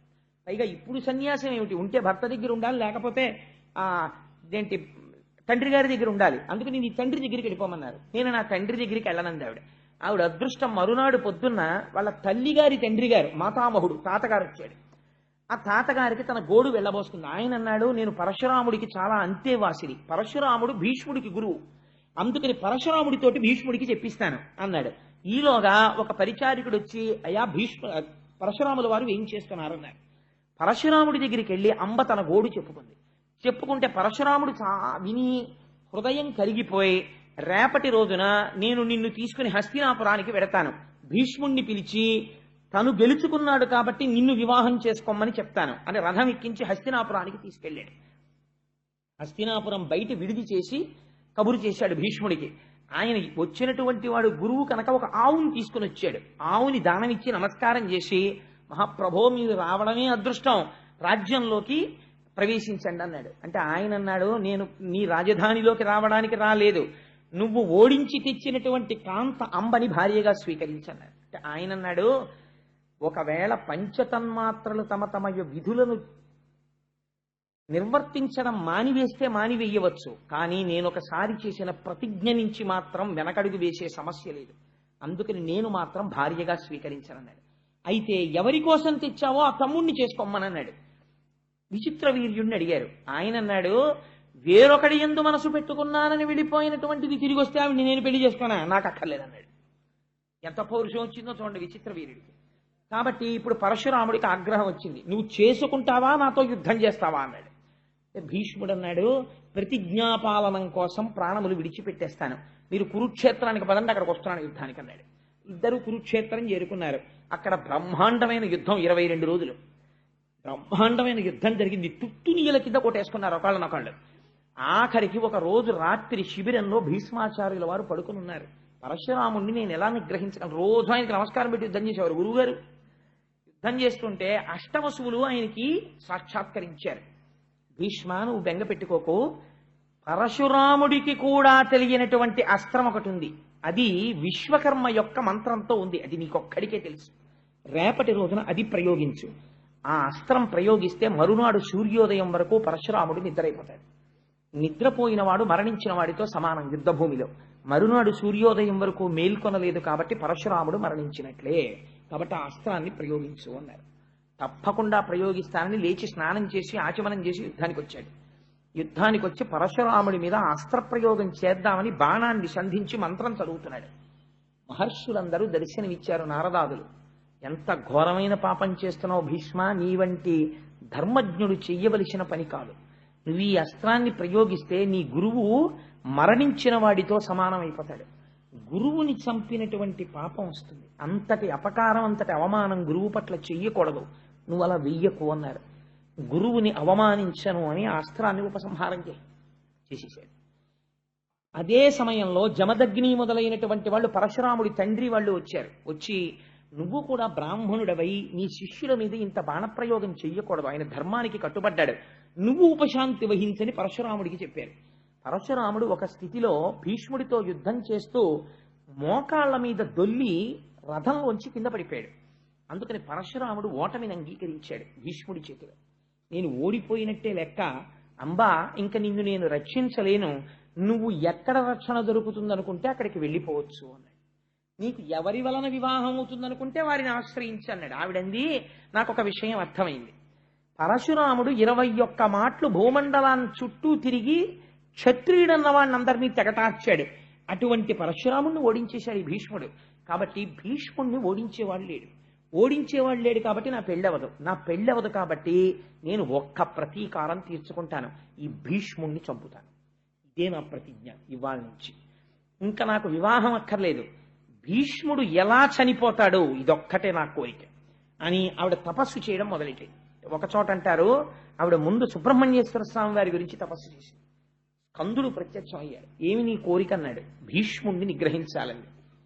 అది నేను చెప్పలేను, భీష్ముడికి వరం ఉంది, చేతిలో ధనస్సు ఉండగా ఎవరూ చంపలేరు, పైగా ధర్మజ్ఞుడు, అందుకని నీకు ఒక పుష్పమాలను ఇస్తాను, ఈ పుష్పమాల మెడలో వేసుకుని ఎవరు యుద్ధం చేస్తే వాళ్ళు భీష్ముడి మీద గెలుస్తారు అన్నారు. ఎందరో రాజులను అడిగింది మెడలో ఈ పుష్పమాల వేసుకుని భీష్ముడితో యుద్ధం చేయమని. మహాధర్మాత్ముడైన భీష్ముడిని ఎందుకు సంహరించాలి, ఎందుకు యుద్ధం చేయాలి, మేము వేసుకోము, మేము యుద్ధం చేయమన్నారు. ఈ మాల తీసుకెళ్లి ద్రుపదరాజు గారి ఇంటి రాజద్వారం మీద వేసి మళ్లీ తపస్సు చేసింది. ఈసారి రుద్రుడు ప్రత్యక్షమయ్యాడు. ఏం కావాలన్నాడు. అంటే భీష్ముడిని సంహరించాలంది. నీకు ఈ జన్మలో ఆ కోరిక తీరదు, వచ్చే జన్మలో తీరుతుంది, కాబట్టి నీ శరీరం విడిచిపెట్టి వేరే జన్మ తీసుకోమన్నాడు. యోగాగ్నిలో శరీరం వదిలేసి మళ్లీ పుట్టింది. మళ్లీ పుట్టినప్పుడు ఆడదై పుట్టింది. మళ్లీ ఆడదై పుడితే భీష్ముడు యుద్ధం చేయడు, అందుకని మగవాడిగా మారాలి. మళ్లీ తపస్సు చేసింది, మళ్లీ తపస్సు చేసి మగవాడిగా మారింది, అందుకని శిఖండి. అందుకే ఎంతకి వదిలిపెట్టకుండా ప్రాణం తీసేస్తున్నారు అనుకోండి, అంటాం వీడెక్కడ దొరికాడు రా, నాకు శిఖండిలా దొరికాడు అంటాం. ఆ శిఖండి వెనక అంత కథ ఉంది. ఆ శిఖండి ద్రుపదుడికి కుమారుడిగా జన్మించాడు. ఆ ద్రుపదుడికి ఇంట్లో జన్మించి పెరిగి పెద్దవాడవుతున్నాడు. పాండవ పక్షంలోకి చేరాడు. మహానుభావుడు భీష్ముడికి ఎంత అగ్ని పరీక్షలు వచ్చాయో తెలుసా అండి జీవితంలో. ఇంత కష్టపడి విచిత్ర వీర్యుడికి అంబిక అంబాలికనిచ్చి వివాహం చేశాడు. ఇద్దరినీ వివాహం చేసిన తర్వాత విచిత్ర వీర్యుడికి క్షయవ్యాధి వచ్చి చచ్చిపోయాడు. చచ్చిపోతే అంబిక అంబాలిక విధవలైపోయారు, వంశం ఆగిపోయింది. దాశరాజు ఏ సింహాసనం కోసమని సత్యవతీదేవికి పుట్టినటువంటి కొడుకులకి రాజ్యం ఇమ్మన్నాడో ఆ కొడుకులు ఇప్పుడు లేనే లేరు, మనవలు లేరు, ఆగిపోయింది. ఆగిపోతే ఆ సత్యవతీదేవే భీష్ముడిని పిలిచి భీష్మ, వంశం ఆగిపోయింది, యుగధర్మాన్ని అనుసరించి ఇది తప్పు కాదు, నా కోడళ్ళైనటువంటి అంబిక అంబాలికల యందు వాళ్ళు ఋతుస్నానము చేసిన తర్వాత నువ్వు సంగమిస్తే మళ్ళీ వంశము నిలబడుతుంది. వంశము కోసమని అలా సంగమించవచ్చు, దోషం లేదు. అందుకని నువ్వు సంగమించు అత్తగారి అనుగ్రహంతో ధర్మబద్ధమైతే అని అడిగింది ఆవిడ. అంటే దాని ఎందుండేటటువంటి ధర్మ సూక్ష్మం వేరు. ఇప్పుడు నేను దేవి భాగవతం మాట్లాడటం లేదు కదా. 8 రకాల కొడుకులు ఉంటారు, ఆ కొడుకులు ఏమిటి, ఎలా వస్తారు, అది ఎలా ధర్మం అవుతుంది, ఇవన్నీ దేవి భాగవతం అయితే చెప్పాలి. ఇప్పుడు ఎందుకు ఆలరంతా నాకు. అందుకని ఈ మాట చెప్తే భీష్ముడు అన్నాడు, అమ్మా నేను ప్రతిజ్ఞ చేశాను ఆనాడే, నేను ఏ స్త్రీ ఎందు కూడా అలా ప్రవర్తించను, నేను బ్రహ్మచర్య నిష్ఠ ఎందు ఉన్నవాడను, అందుకని వంశము లేకపోతే నేనేమీ చెయ్యలేను, కానీ నేను మాత్రం అలా ప్రవర్తించను. దీనికి ఒక్క పరిష్కారం. ఎవరైనా బ్రహ్మజ్ఞాన సంపన్నుడై కేవలము వరకటాక్షము కోసమని సంగమించడము తప్ప శరీరమునందు అటువంటి కోరిక లేని ఒక బ్రాహ్మణుణ్ణి, ఒక బ్రహ్మజ్ఞానిని వేడుకో అన్నాడు. అంటే అప్పుడు వ్యాసుణ్ణి ప్రార్థన చేసింది. సరే, ఆ తర్వాత కథ మీకు తెలుసు. పాండవులు పుట్టడం, పాండురాజు గారు పుట్టడం, విదురుడు పుట్టడం, ధృతరాష్ట్రుడు పుట్టడం, దాసికి విదురుడు పుట్టడం, అలా వాళ్ళు ముగ్గురు పుట్టడం, తర్వాత కథ నడిచింది. ఆ తర్వాత ఎక్కడికి వచ్చేసింది, ఇన్ని తరాలు మారిపోతున్నాయి. ధృతరాష్ట్రుడు పుట్టాడు, పాండురాజు పుట్టాడు, పాండురాజు మళ్ళీ మరణించాడు, పాండురాజు యొక్క పిల్లలు పుట్టేశారు పాండవులు, ధృతరాష్ట్రుడికి దుర్యోధనాదులు జన్మించారు. ఇంతమందిని సాకుతూ తాతగారై గడ్డాలు నిలిచిపోయి జుత్తు నిలిచిపోయి మహాధర్మజ్ఞుడై మహానుభావుడు వీళ్ళందరికీ విలువిద్య నేర్పించి ద్రోణాచార్యుల్ని గురువుగా పెట్టి అలా ఆ వంశాన్ని సాకుతూ నడిపిస్తూనే ఉన్నాడు భీష్ముడు. మాత్రం ఆయన కళ్ళ ముందే బ్రహ్మాండమైనటువంటి కలహం బయలుదేరింది, కౌరవులకు పాండవులకు. కౌరవులు అనడానికి కూడా వీల్లేదు, ఎందుకంటే పాండవులు కూడా కౌరవులే, భీష్ముడు కూడా కౌరవుల్లో వాడే, కురుచక్రవర్తి యొక్క సంతానం. అందుకని పాండురాజు యొక్క పుత్రులకు ధృతరాష్ట్రుని యొక్క పుత్రులకు కలహం బయలుదేరింది. బయలుదేరినప్పుడు ఇంత ధర్మజ్ఞుడైనటువంటి భీష్ముడు, ఇంత ధర్మం తెలుసున్న భీష్ముడు కురుక్షేత్ర సంగ్రామం జరిగినప్పుడు మాత్రం పాండవ పక్షమునకు వెళ్ళలేదు. కౌరవ పక్షంలో, దుర్యోధనుడి యొక్క పక్షంలో ఉండిపోయాడు. అలా ఎందుకు ఉండిపోవలసి వచ్చింది? నిజంగా భీష్ముడే కానీ ఒకవేళ పాండవ పక్షంలోకి వెళ్ళిపోతున్నాను అని అన్నాడు అనుకోండి, అసలు కురుక్షేత్ర యుద్ధం లేదు కదండి. దుర్యోధనుడు ఎవరిని చూసుకుని దిగాడు? ఇద్దరిని చూసుకుని దిగాడు. ఒకటి భీష్ముడు, 2 కర్ణుడు. వీళ్ళిద్దరికీ సంవాదం వచ్చింది. సర్వసైన్యాధిపత్యం ఇచ్చేటప్పుడు భీష్ముడు బతికున్నంత కాలం నేను అసలు యుద్ధభూమికి రానన్నాడు కర్ణుడు. అక్కడే అమంగళం. కాబట్టి ఏమైపోయింది, భీష్ముడిని చూసుకుని యుద్ధానికి వెళ్ళేటటువంటి భీష్ముడు పాండవుల వైపుకి వెళ్ళిపోయాడు అనుకోండి. ఎన్నో మాటలు ధర్మం చెప్పాడు. మహానుభావుడయ్యా, అర్జునుణ్ణి ఎవరు గెలవలేరు, పాండవుల పట్ల ధర్మం ఉంది, వాళ్ళు నెగ్గుతారని చెప్పాడు. అటువంటి భీష్ముణ్ణి దుర్యోధనుడు పట్టుకుని వేలాడవలసినటువంటి అవకాశం ఇవ్వకుండా పాండవ పక్షానికి వెళ్ళిపోయి ఉంటే అసలు కురుక్షేత్రం జరిగేది కాదు కదా. భీష్ముడు ఎందుకు వెళ్ళలేదు? ఒకటవ ప్రశ్న. 2, అట్లాంటి భీష్ముణ్ణి అలాగ ముళ్ళపంది ఎలా అయితే ముళ్లతో ఉంటుందో అలా అంగుళం మాత్రం చోటు లేకుండా అన్ని బాణాలతో కృష్ణుడు ఎందుకు కొట్టించాడు? అంటే భీష్మంచ ద్రోణంచ జయద్రథంచ అని గీతలో చెప్పాడు. నేనే సంహరిస్తున్నానని చెప్పాడు. భీష్ముణ్ణి అన్ని బాణాలతో ఎందుకు కొట్టాడు? ఈ 2 భీష్మాచార్యుల వారి జీవితానికి సంబంధించి చాలా గహనమైనటువంటి ప్రశ్నలు. అలా కొట్టడానికి ఒక కారణం ఉంది. నేను దేనికైనా సరే ప్రపంచంలో ఆలంబనం ఏమిటో తెలుసా అండి? ధర్మమే. భీష్ముడు తన జీవితం మొత్తం మీద ఒక్కసారి ధర్మం తప్పాడు. అది కూడా పూర్తిగా ధర్మం తప్పాడు అని చెప్పడం కూడా కుదరదు. ధర్మం తప్పాడా తప్పలేదా అని చెప్పడానికి వీలు లేని రీతిలో ఒకసారి మాట్లాడాడు. ఎప్పుడు మాట్లాడాడు అంటే, ధర్మరాజు గారికి శకునికి ద్యూత క్రీడ జరుగుతున్నప్పుడు శకుని మధువుని సేవించి ఉండడంలో మరిచిపోయి ముందు ధర్మరాజుని ఒడ్డాడు. ధర్మరాజుని నిన్ను నువ్వు పణంగా పెట్టుకో అన్న తర్వాత ధర్మరాజు ఓడిపోయాక గుర్తొచ్చింది శకునికి, ఈ భార్య ఉంది కదా ద్రౌపది, ఆవిడ్ని ఒడ్డు అన్నాడు. అప్పటికే ధర్మరాజు శకునికి దాస్యంలోకి వెళ్ళిపోయిన ధర్మరాజు వడ్డమన్న శకునికి వెడుతుంది కానీ దోషం ఒడ్డిన నాకు పట్టదని చెప్పి ఇప్పుడు నాకు శకుని యజమాని, నేను ఆయనకి దాసుణ్ణి, దోషం ఆయనకి ఎడుతుందని ద్రౌపదిని ఒడ్డి మళ్ళీ ఓడిపోతే దుశ్శాసనుడు రజస్వల అయినటువంటి ద్రౌపదీదేవిని సభలోకి ఈడ్చుకొచ్చి ఒలువలు ఊడిస్తుంటే ఆవిడ ఒక ప్రశ్న వేసింది పేర్లు చెప్పి. ఈ సభలో భీష్మద్రోణులు ఉన్నారు, వాళ్ళకి ధర్మం తెలుసు. నన్నోడి తన్నోడెనా, తన్నోడి నన్నోడెనా, ధర్మం చెప్పమని అడిగాడు.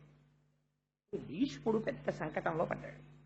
భీష్ముడు నోరు విప్పి మాట్లాడి, ధర్మరాజు చేసినది దోషమే, ఓడిపోయిన ధర్మరాజుకి ద్రౌపదిని ఒడ్డేటటువంటి అధికారము లేదు అని అంటే వెంటనే ద్రౌపదీదేవి మహాపతివ్రత, ఆవిడ శపిస్తే కౌరవులు ధృతరాష్ట్రుని యొక్క సంతానమంతా నశించిపోతారు. ఇంత కష్టపడి పెంచి పోషించాడు వీళ్ళందరినీ, తన కళ్ళ ముందు పోతారు. అందుకని పోని చెప్పకుండా ఉందామంటే ఎదురుగుండా ఒక మానవతి, ఒక మహాపతివ్రతకి వలువలు ఉడుస్తున్నారు. కాబట్టి ఏం చెప్పాలో అర్థం కాలేదు. తెలిసి చెప్పాడా తెలియక చెప్పలేదా అన్నది తెలియకుండా ఒక మాట అని ఊరుకున్నాడు. ధర్మరాజంతటి వాడే నేను ఓడిపోయానని ఒక మాట అన్నాడు. ఈ స్థితిలో ఏది ధర్మము అన్నది చెప్పడం కొంచెం కష్టం ద్రౌపది అన్నాడు. అలా ధర్మము తెలిసి చెప్పకపోవడం కూడా ధర్మాచరణమునందు వైక్లభ్యమే. ఈ దోషమునకు కొట్టవలసి వచ్చింది. అందుకని బాణాలతో కొట్టారు. ధర్మాచరణం అంటే ఎంత గహనంగా ఎంత కష్టంగా ఉంటుందో చూడండి. ఇంతటి మహానుభావుడు యుద్ధానికి వచ్చాడు కురుక్షేత్రంలో. వస్తే దుర్యోధనుడితో ఒక మాట చెప్పాడు, నువ్వు పాండవుల వైపు ఉన్నటువంటి వాళ్ళల్లో ఎవరినైనా సరే అడుగు, తలకాయ తీసేస్తాను, పాండవుల జోలికి మాత్రం నేను వెళ్ళనన్నాడు. యుద్ధభూమికి వచ్చిన తరువాత భీష్ముడు సర్వసైన్యాధిపతిగా నిలబడితే ధర్మరాజు గారు కవచం విప్పేసి పాదుకలు విప్పేసి కాలినడకన వెళ్ళి పితామహాన్ నమస్కరించాడు. తాత, నువ్వు పెంచి పెద్ద చేసిన వాళ్ళం, నాకు విజయం కలగాలని ఆశీర్వదించు అన్నాడు. అంటే భీష్ముడు అన్నాడు, నువ్వు ఇలా వచ్చి ఉండకపోతే నిన్ను శపించి ఉండేవాణ్ణి. నీ గౌరవానికి పొంగిపోయాను. ఎంతటి వాడండి అప్పటికి మహానుభావుడు, వృద్ధుడైపోయాడు. చర్మం అంతా ముడతలు పడిపోయింది, జుత్తు నెరిసిపోయింది. తన కళ్ళ ముందు తన వాళ్ళు దెబ్బలాడుకుంటున్నారు, తనే సర్వసైన్యాధిపతి అయి నిలబడ్డాడు. మీ 5గురు జోలికి రాను కానీ అంటే ఆయన అన్నాడు, తాత నువ్వు రావక్కర్లేదు, కానీ నీకు స్వచ్ఛంద మరణం వరం ఉంది. యుద్ధంలో నువ్వు ధనస్సు పట్టగా ఎవరూ కొట్టలేరు, నువ్వు యుద్ధంలో ఉంటే ఎలాగ తాత అని చేతులు నలిమేడు. ఇప్పుడు ఆ విషయం అడక్కు, కొన్నాళ్ళు పోయాక కనపడ చూద్దాం వెళ్ళండి. మా యోగక్షేమాలు మాత్రం దృష్టిలో పెట్టుకో తాత అని వెళ్ళిపోయాడు ధర్మరాజు. వెళ్ళిపోతే రోజు యుద్ధం చేసేవాడు, ఇంటికి వచ్చేవాడు.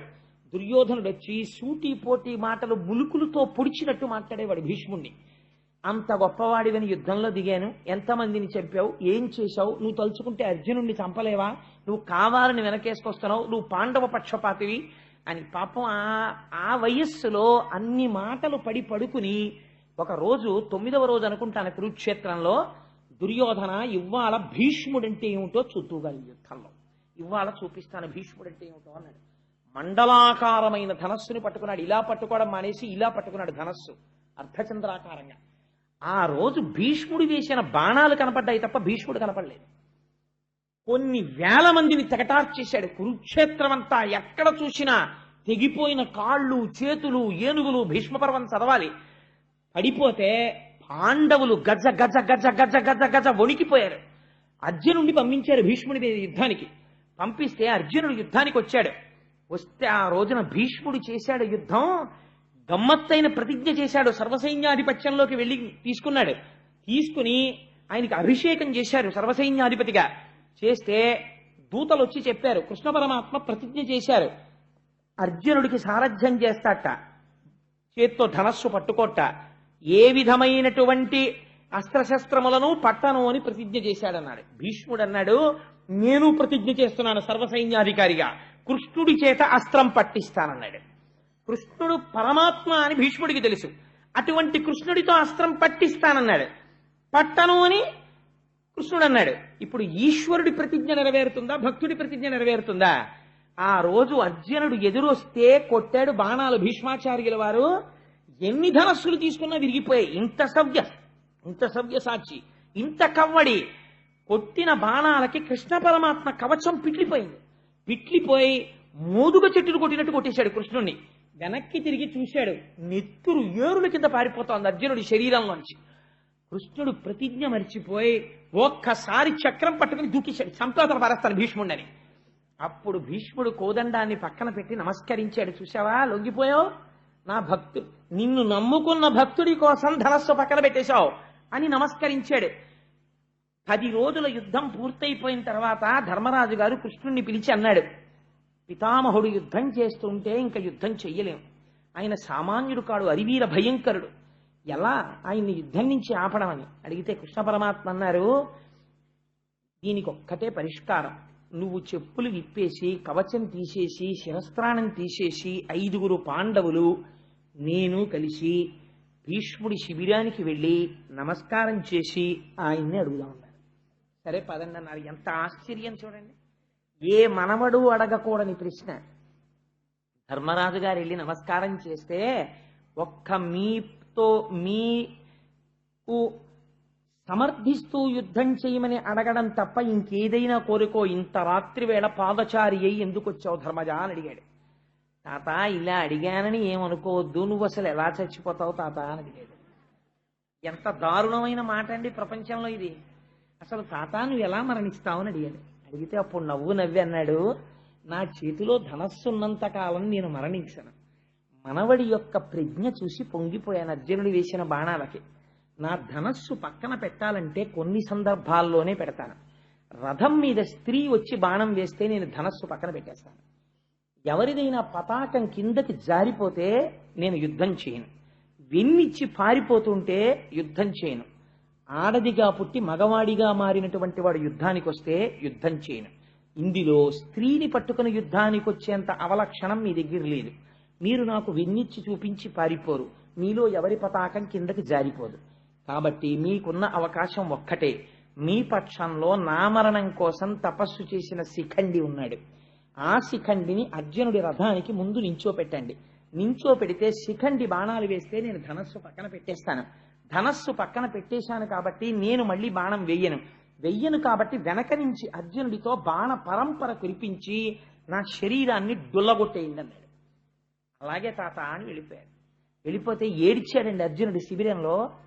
మహానుభావుడు తండ్రి లేక మేము ఏడుస్తుంటే ఆ రోజుల్లో మాకు నాన్న అని ఎవరిని పిలవాలో తెలియక మా పట్ల అంత ప్రేమతో ఉన్న భీష్ముడి దగ్గరికి వెళ్ళి కౌరవులు మమ్మల్ని బాధ పెడుతుంటే నాన్న అని తెలియక మేము పిలిస్తే నేను నాన్నని కాను నాన్న తాతని అని ఆయన ఒడిలో కూర్చోపెట్టుకుని మాకు గోరు ముద్దలు తినిపించాడు. మమ్మల్ని పెంచి పెద్ద చేశాడు, సర్వకాలముల యందు మా ఉన్నతిని కోరాడు, మాకు ఆశీర్వచనం చేశాడు, మాకు విలువిద్య నేర్పాడు, మాకు ద్రోణుణ్ణి గురువుగా పెట్టాడు. అంతటి మహాపురుషుడు ఇవాళ వృద్ధుడైపోయాడు. తండ్రి కోసమని ప్రతిజ్ఞ చేశాడు, సర్వం త్యాగం చేసేశాడు. అంతటి ధర్మమూర్తి అయి తన వంశాన్ని చూసుకోవాలని ఇంతకాలం నిలబడిపోయాడు. అటువంటి వాణ్ణి సవ్యసాచినై గాంధీవం పట్టుకుని శిఖండిని అడ్డు పెట్టుకుని ఆయన మీద బాణపరంపర కొడుతుంటే ఆయన ఒంట్లోంచి నెత్తురు కారిపోతుంటే నే కొట్టగలనా అన్నయ్య అని అడిగాడు. కొట్టక తప్పదురా, కొట్టవలసిందే ధర్మం కోసం, కొట్టు తప్పదన్నాడు కృష్ణుడు. దానికి వచ్చారు. వచ్చిన తర్వాత శిఖండిని ఎదురుపెట్టి తీసుకొచ్చారు. తీసుకొస్తే ఆయన ధనస్సు పక్కన పెట్టేశాడు. పెట్టిన తర్వాత శిఖండి 100 బాణములు వేశాడు ఒకేసారి. ఎందుకంటే ఆయన ప్రతిజ్ఞ నెరవేరాలి. ఆయన యొక్క కవచం డుళ్ళిపోయి కింద పడిపోయింది విప్పుకుని. గుండెలు దొరికాయి. దొరకగానే అర్జునుడు ఆ రోజు కొట్టినటువంటి బాణ పరంపరకి బొట్టన వేలు ఇలా పెట్టి వేలి ముద్ర వేస్తాను చూడండి, అలా వేలి ముద్ర వెయ్యడానికి ఇలా బొట్టన వేలు పెట్టడానికి చోట్లేనన్ని బాణాలతో కొట్టాడు. కొడితే చుట్టూ బాణపంజరమే, మధ్యలో భీష్ముడున్నాడు. అన్ని వేపుల నుంచి నెత్తురు కారిపోతోంది. వీపు చూపించలేదు కాబట్టి ఒక్క తల వెనక తగలలేదు బాణాలు. ఒంటి నిండా బాణపంజరాలు కొట్టిన తర్వాత సూర్యుడు అస్తమిస్తున్నటువంటి సమయంలో రథం నుంచి డుళ్ళి కింద పడిపోయాడు. కింద పడిపోయినప్పుడు ఆయన శరీరం భూమికి తగలలేదు, బాణములతో పడిపోయి ఉండిపోయాడు. అప్పుడు పిలిచాడు. అందరూ పరుగు పరుగున వచ్చేశారు. యుద్ధం ఆపి భీష్ముడంతటి వాడు పడిపోయాడు వాళ్ళని. పడిపోతే అప్పుడు అడిగాడు, అయిపోయింది నా సమయం, స్వచ్ఛంద మరణాన్ని కోరాను. కానీ అప్పుడు గుసగుసలు వినపడ్డాయి. ఇంతటి భీష్ముడికి దక్షిణాయనంలో మరణమా? లేదు, నేను ఇంకా బ్రతికే ఉన్నాను. ఉత్తరాయణం వరకు నా శరీరం విడిచిపెట్టను.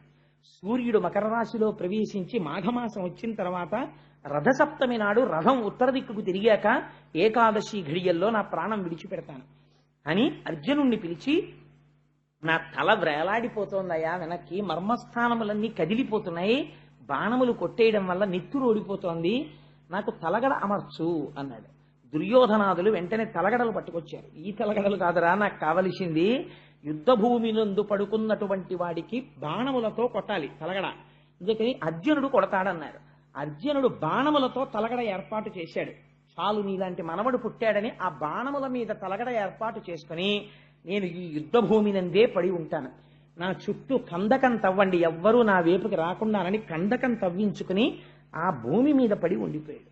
ఉండిపోయిన తర్వాత కురుక్షేత్ర సంగ్రామం అయిపోయింది. అందరూ ఈ ధృతరాష్ట్రుడి పక్షం అంతా ఓడిపోయింది, పాండవ పక్షం గెలిచేసింది. అప్పటికి కూడా ఇంకా భీష్ముడు అంపశయ్య మీదే ఉన్నాడు. చేసుకుంటున్నారు. ఒకనాడు దాహార్తి కలిగింది మహానుభావుడికి, నాకు దాహం వేస్తోందన్నాడు. నీళ్లు పట్టుకొచ్చారు. అంపశయ్య మీద పడుకున్నవాడు లౌకికమైన జలములు తాగడు. అర్జునుడికి తెలుసు ఏ నీళ్లు ఇవ్వాలో. అర్జున ఈ అన్నాడు. ఆయన పర్జన్యాస్త్రాన్ని ప్రయోగించాడు. ప్రయోగిస్తే భూమిలోంచి నీరు అమృతోదకం పైకి లేచి ఆయన నోట్లో పడింది. ఆ నీటిని తాగాడు. తాగి అంపశయ్య మీద పడి ఉండగా ఇప్పుడు భాగవతంలోకి రండి. ఇవాళ భీష్ముడి యొక్క కథ వినాలి కాబట్టి ఇప్పటి వరకు నేను దేవీ భాగవత భారత ఇతర గ్రంథములలోకి వెళ్ళి భీష్మాచార్యుల వారి చరిత్ర ఈ అసుర సంధ్య వేళలో చెప్పుకుంటే మనుష్యులుగా పుట్టినందుకు మనం తరించిపోతామని సంక్షిప్తంగా భీష్మ చరిత్రని మీకు వివరించాను. ఇప్పుడు ఆ భీష్మాచార్యుల వారు అంపశయ్య మీద పడి ఉండగా కృష్ణ భగవానుడు ఏకాదశి ఘడియలు దగ్గరికి వస్తున్నాయని ఆ ధర్మరాజుతో ఒక మాట చెప్పాడు. భీష్ముడు అక్కడ అంపశయ్య మీద ఉన్నాడు, నువ్వు బయలుదేరి వెళ్ళి దర్శనం చేసుకుని ఆయన దగ్గర ధర్మాలు తెలుసుకో. అటువంటి మహాపురుషుడు వెళ్ళిపోతే మళ్ళీ ధర్మం చెప్పేవాడు లేడు. అంటే భారతంలో చెప్పారు తప్ప ఇక్కడ చెప్పలేదు ఆ ధర్మాలు భాగవతంలో. వెళ్ళి ధర్మరాజాదులు ఆయనకి నమస్కరించి ఆయన దగ్గర అన్నీ విన్నారు. విన్న తర్వాత భాగవతంలో మాత్రం వ్యాసుడు ఎక్కడి నుంచి మాట్లాడతాడంటే, ఉత్తరాగర్భం మీదకి అశ్వత్థామ బ్రహ్మాస్త్రాన్ని ప్రయోగిస్తే ఉత్తరాగర్భాన్ని కృష్ణుడు రక్షించాడు అన్న మాట విన్నాడు. ఉపపాండవులు సంహరింపబడ్డారు అశ్వత్థామ చేతిలో అన్న మాట విన్నాడు. విని భీష్ముడు కాలాన్ని ముందు స్తుతి చేస్తాడు. ఆయన అంటాడు, ఏమి ఆశ్చర్యమయ్యా, ప్రపంచంలో ఎవరైనా దేనినైనా అతిక్రమించగలరు, కానీ కాలమును ఎవ్వరూ అతిక్రమించలేరు. అన్నిటికన్నా బలవత్తరమైనది ఏది? కాలమే. కాలము బలవత్తరమైనది కాకపోతే భీష్ముడి జీవితమే చూడండి. ఎవరి కోసం సింహాసనం త్యాగం చేశాడో అసలు వాళ్ళెవ్వరూ మిగల్లేరు. అయినా సరే తను ధర్మం కోసమని అలా నిలబడిపోయాడు మహానుభావుడు. ఇన్ని కష్టాలు పడ్డాడు. తన తమ్ముడి కోసమని చెప్పి తీసుకొచ్చినటువంటి స్త్రీ శిఖండిగా మారి తన మరణానికి కారణమైంది. అంపశయ్య మీద పడిపోయాడు. ఆయన అంటాడు, కాలము ఎంత అతిక్రమించడానికి వీలు లేనిది అనడానికి నాకు కట్టెదుట ఒక ఉదాహరణ దొరుకుతున్నది. మీరు ఈ పద్యాన్ని భీష్మస్థుతిలో ఈ పద్యాన్ని బాగా జ్ఞాపకం ఉంచుకుంటే మనం చిన్న చిన్న కష్టాలకి కదిలిపోతాం. జీవితంలో కదిలిపోయి బాబోయ్ ఎంత కష్టమో ఎంత కష్టమో ఎంత కష్టమో అంటాం. కారణం ఏమిటంటే మనం ఆ కష్టమునందు వెంటనే తాదాత్మ్యత పొందేస్తాం, సంసారముతో తాదాత్మ్యత పొందుతాం. విధిని నిర్వహించాలి. ఒక తండ్రిగా నీ విధిని నువ్వు నిర్వహించాలి అంతే తప్ప అందులో వచ్చేటటువంటి సుఖదుఖములతో నువ్వు తాదాత్మ్యత పొందేస్తే నీ స్వధర్మమును నువ్వు నిర్వహించలేవు, జారిపోతావు. అందుకే రామకృష్ణ పరమహంస ఒక అందమైన మాట చెప్తారు, పనసకాయ కొట్టాలి కానీ పనసకాయ కొట్టేటప్పుడు తప్పకుండా ఓ పని చెయ్యాలి. చేతులకి నూనె రాసుకొని పనసకాయ కొట్టిన వాడికి జిగురంటుకోదు. ఈశ్వరుడి పాదాలు పట్టుకుని సంసారంలో ఉన్నవాడికి కష్ట సుఖములకు ఈశ్వరుడు ఇతపూర్వం నేను చేసిన పాపపుణ్యములకు ఆయన ఇస్తున్న ఫలితము. కాబట్టి వేరొకసారి నా వలన అటువంటి పాపములు జరగకుండుగాక అని నిలబడిపోతాడు తప్ప లోకుల్నంగని మెచ్చని ఎలుగని లోలోన నిందింపని చీకాకున్బడని మహాత్ముడని జేలొగ్గని మూకీభావమునం తిట్టని త్రోయని నీ కారుణ్యము కలిగి ఉండి నేను అంతే చాలునో శంకర అంటాడు దుర్జటి. ఆ కష్టం వచ్చినా సుఖం వచ్చినా ఈశ్వరుడి పాదాలు పట్టుకుంటాడు తప్ప పాదముల నుంచి మాత్రం విడువడి పొందడు. ఆ కాలము ఎంత దుస్తరంగా ఉంటుందో మీరు భీష్ముడి యొక్క స్థితిలో మొదటి పద్యాన్ని విని బాగా ధారణ చేశారనుకోండి. కొన్ని ఎలా ఉంటాయో తెలుసా అండి? హార్ట్ అటాక్ ఎప్పుడైనా మైల్డ్ స్ట్రోక్ వచ్చిన వాళ్ళు ఉన్నారనుకోండి, వాళ్ళు సాధారణంగా 2 టాబ్లెట్లు జేబులో పెట్టుకుంటారు. ఒకటి డిస్ప్రిన్ అన్న టాబ్లెట్, ఒకటి రెండో దాని పేరు నాకు జ్ఞాపకంలో లేదు కానీ ఆ నాలుక కింద పెట్టుకుని చప్పరిస్తే అది కొంచెం సేపు టైం ఇస్తుంది. ఆ టాబ్లెట్ ఒకటి పెట్టుకుంటూ ఉంటారు. మా గోపి గారి జేబులో ఉంటుండేవి ఆ టాబ్లెట్లు. అవి ఆ టాబ్లెట్లు 2 జేబులో పెట్టుకు తిరుగుతుంటారు. అలా మన జీవితంలో తప్పకుండా కనీసం ఒక వయస్సు వచ్చిన తర్వాత కొన్ని పద్యాలు నోటికి రావాలండి. అవి వస్తే ఏమవుతుందో తెలుసా అండి? మీకు ఏదైనా కష్టం వచ్చినప్పుడు మీరు ఆ పద్యం ఒక్కసారి మనస్సులో తలుచుకున్నారనుకోండి, మీకు ఒక గొప్ప ధైర్యం వస్తుంది. వేరొకరు మీ స్వస్థితి నుంచి మీరు జారిపోరు. ఎందుకంటే శోకం ఆవరించేసింది అనుకోండి, మనిషిని నాశనం అయిపోతాడు. శోకో నాశయితే ధైర్యం, శోకో నాశయితే స్మృతం, శోకో నాశయితే సర్వం, నాస్తి శోక సమోరిపు. శోకం ఆవరించగానే ముందు దేన్ని పాడు చేసేస్తుందంటే ధైర్యం పోతుంది. తర్వాత స్మృతం, ఏది విన్నాడో అది పోతుంది. కాబట్టి విన్నది గుర్తు లేదు, ధైర్యం లేదు, పిరికివాడైపోతాడు, ఆలోచన ఉండదు. కాబట్టి తొందరగా నశించిపోతాడు, పడిపోతాడు ఆ కష్టానికి. అలా పడిపోకుండా ఉండాలంటే పెద్దల వాక్కులు టాబ్లెట్లు పెట్టుకున్నట్టు పెట్టుకోవాలి. ఒకసారి స్ట్రోక్ వచ్చిన వాడు ఎందుకైనా మంచిదని జేబులో ఎలా పెట్టుకుంటాడో తప్పకుండా అలా కొన్ని పద్యాలు మీరు మేధస్సునందు పెట్టుకోవాలి. ఎందుకంటే కష్టము రాని జీవితము నాకు ఉండి తీరుతుంది అని నమ్మకం ఎవరికైనా ఉంటుందా? ఎవరికీ ఉండదు. ప్రతి క్షణం మనకు అనుమానమే, ఏమో ఎట్నుంచి కష్టం వస్తుందో అని. కష్టం వస్తే వచ్చిన కష్టాన్ని ఇలా తుడిచేసి లేకుండా మీరు చేసుకోగలరా? చేసుకోలేరు. కాబట్టి మీకున్న అవకాశం ఏమిటి? ఒక్కటి, ఆ కష్టాన్ని తట్టుకునే శక్తి మీకు కావాలి. ఈ తట్టుకునే శక్తి మీకు ఉందనుకోండి, మీరు మీ స్వస్థితి నుంచి జారిపోరు, దాన్ని తట్టుకుంటారు, ఇంకొకరికి ఉపకరించగలుగుతారు.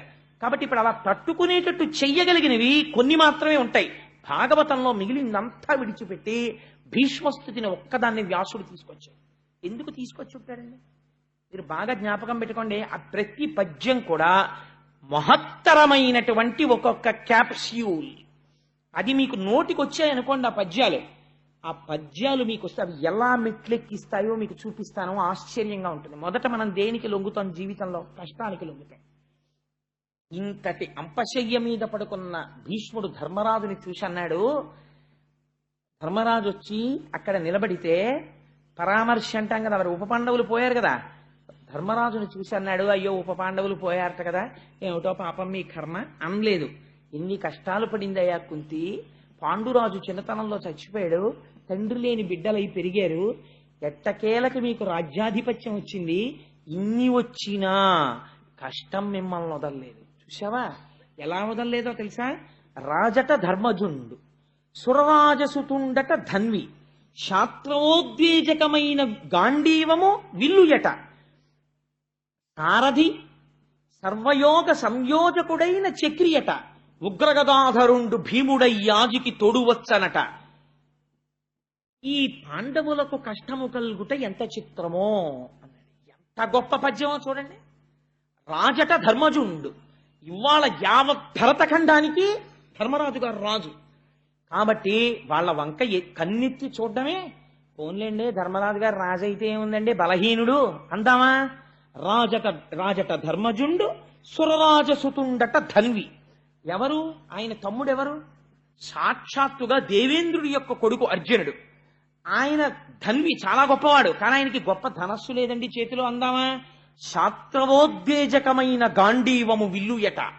అసలు ఆ గాంధీవానికి ఉన్న గొప్పతనం ఏమిటంటే, ఇంకోళ్ళు ఎవరైనా అది అక్కడ పెడితే సరదాగా ముట్టుకుందామని ముట్టుకోవడం కుదరదు. అది పాములా కనపడుతుంది, శవల్లా కనపడుతుంది. అంత మహిమాన్వితమైనటువంటి ధనస్సు. ఆ ధనస్సుని పైకెత్తి పట్టుకుని విట్టి నారి సంధిస్తే చాలు, అందులోంచొచ్చేటటువంటి టంకార ధ్వనికి రామచంద్రమూర్తి పట్టుకునేవారు అటువంటి కోదండం. ఆ టంకారము వలన వచ్చేటటువంటి ధ్వనికి కొన్ని వేల మంది కుప్పకూలిపోయేవారు. దానికి గుండె ధైర్యం ఉండాలి అది వినడానికి. అది పిడుగులు పడిపోతున్నట్టు ఉంటుంది. అందుకే పిడుగు పడితే ఎవరిని తలుచుకుంటామో తెలుసా అండి? అర్జున పల్గుణ పార్థం అని అర్జునుడి యొక్క దశనామాలు తలుచుకుంటాం. అటువంటి టంకారం చేస్తాడు ఆ ధనస్సులోంచి. టంకారం వింటేనే పారిపోతారు. ఆయనకి తెలియని అస్త్రం లేదు. ఎంత దూరంలో ఉన్న శత్రువు మీదైనా అస్త్ర ప్రయోగం చేస్తాడు. సవ్యసాచి, రెండు చేతులతో బాణాలేస్తాడు. అటువంటి వాడు సురరాజసుతుండట ధన్వి, శాస్త్రవోద్వేజకమైన విల్లు గాంధీవము విల్లుయట. పట్టుకునేటటువంటి విల్లు ఎటువంటిది? గాంధీవాన్ని పట్టుకుంటాడు. పోన్లేండి, ఇన్ని పట్టుకుంటాడు కానీ పాపం రథం